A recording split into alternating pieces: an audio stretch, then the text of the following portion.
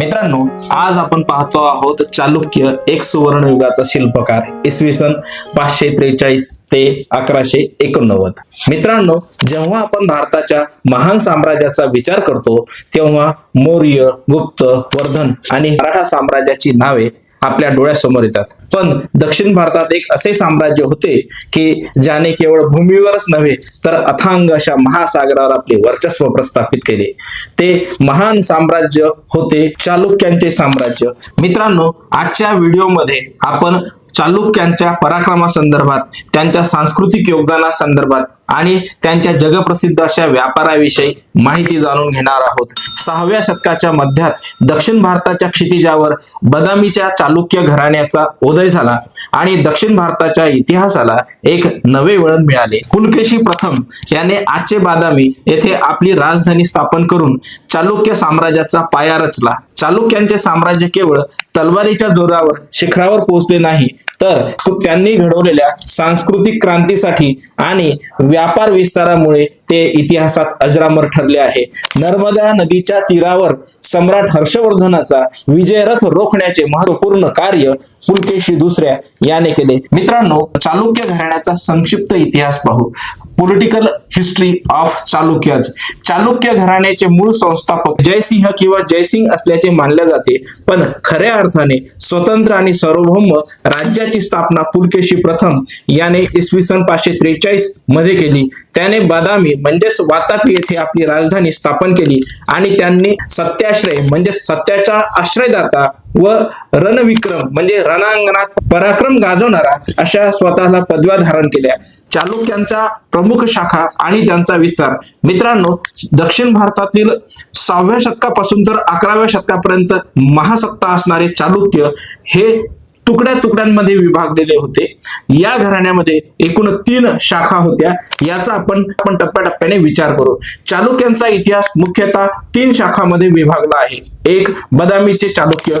प्रारंभीची शाखा इसवी सन 543 ते इसवी सन 553. या शाखेने 6व्या ते 8व्या शतकापर्यंत राज्य केले. पुलकेशी दुसरा याने इसवी सन 609 ते 642 या काळात राज्य केले. हा या वंशातील सर्वात पराक्रमी शासक म्हणून ओळखला जातो.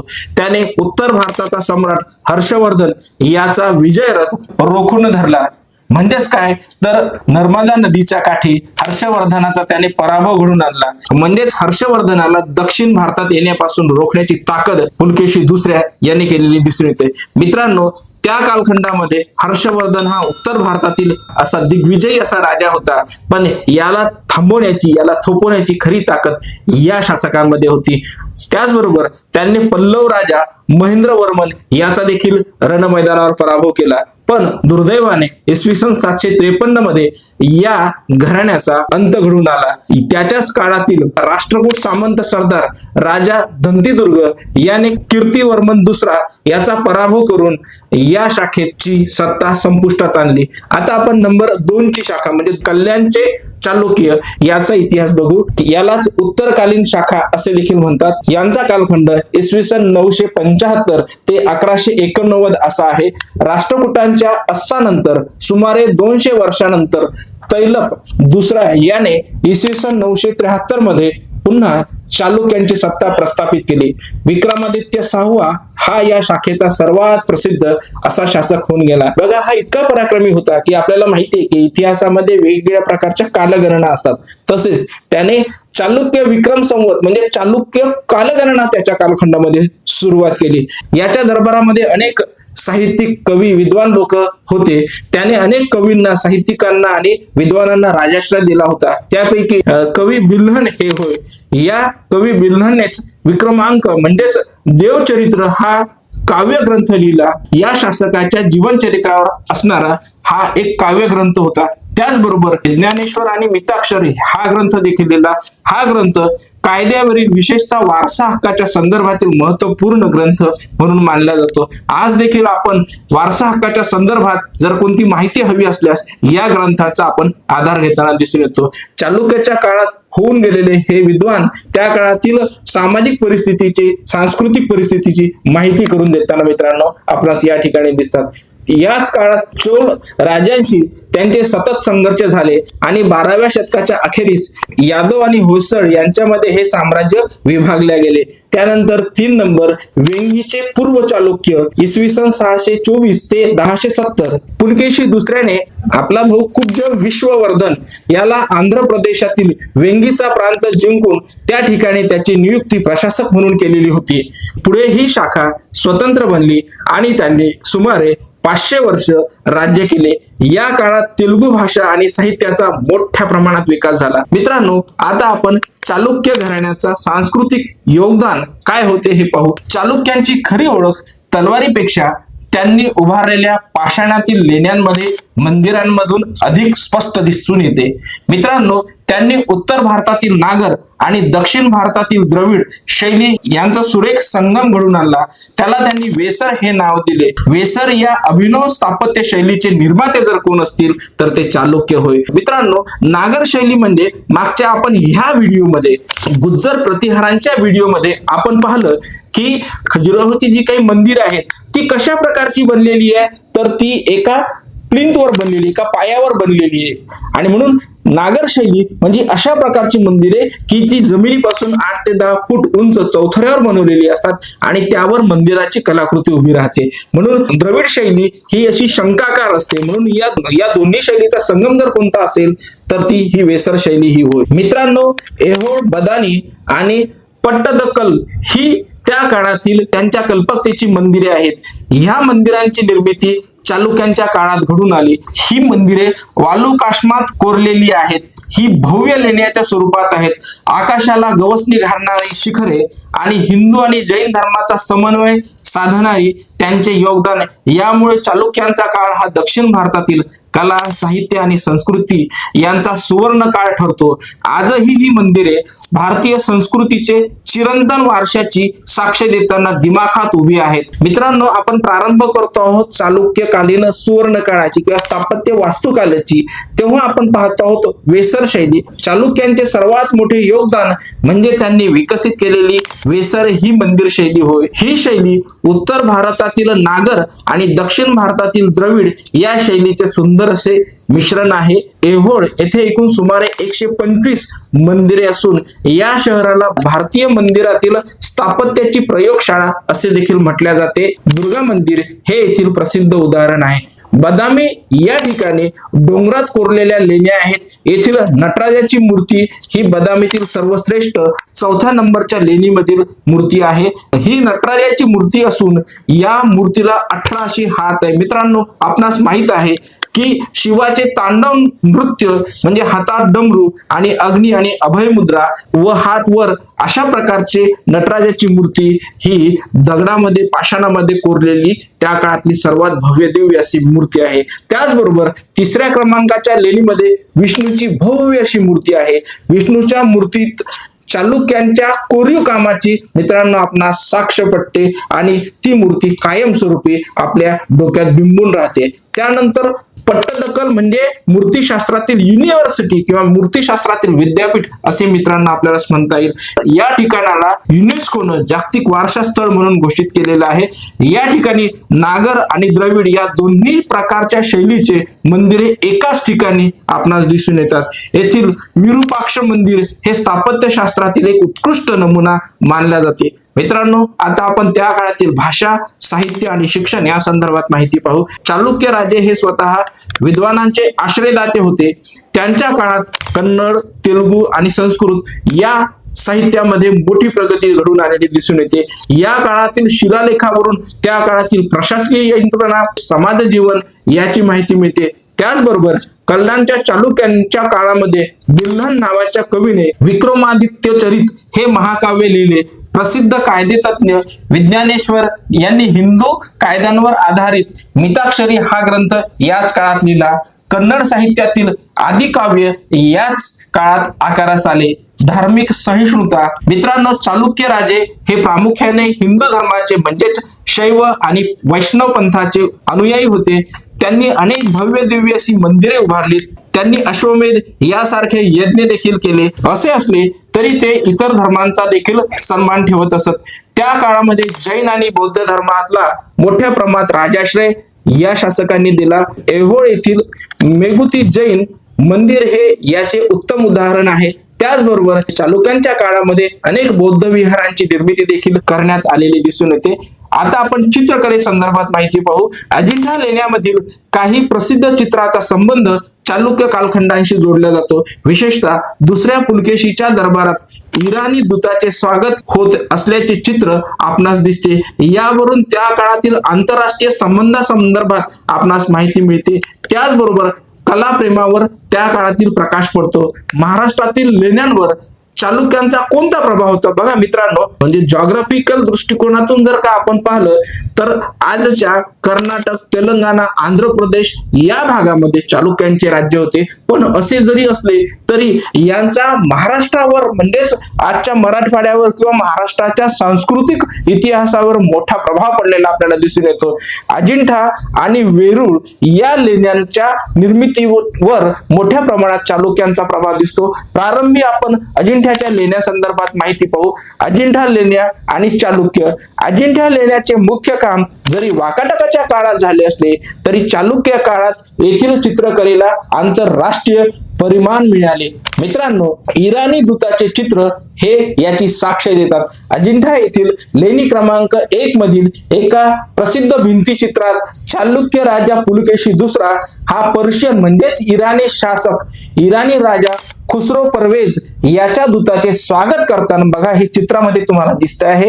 या चित्रात त्या काळातील भारताचे कसे परराष्ट्र संबंध होते, भारताचा देश विदेशांबरोबर कसा संबंध होता याची माहिती आपणास त्यावरून मिळते. मित्रांनो, कलात्मक प्रगती. चालुक्य काळात या लेण्यांमधील चित्रांमध्ये रंगाचा आणि मानवी भावभावनांचे दर्शन जिवंतपणे वाटते.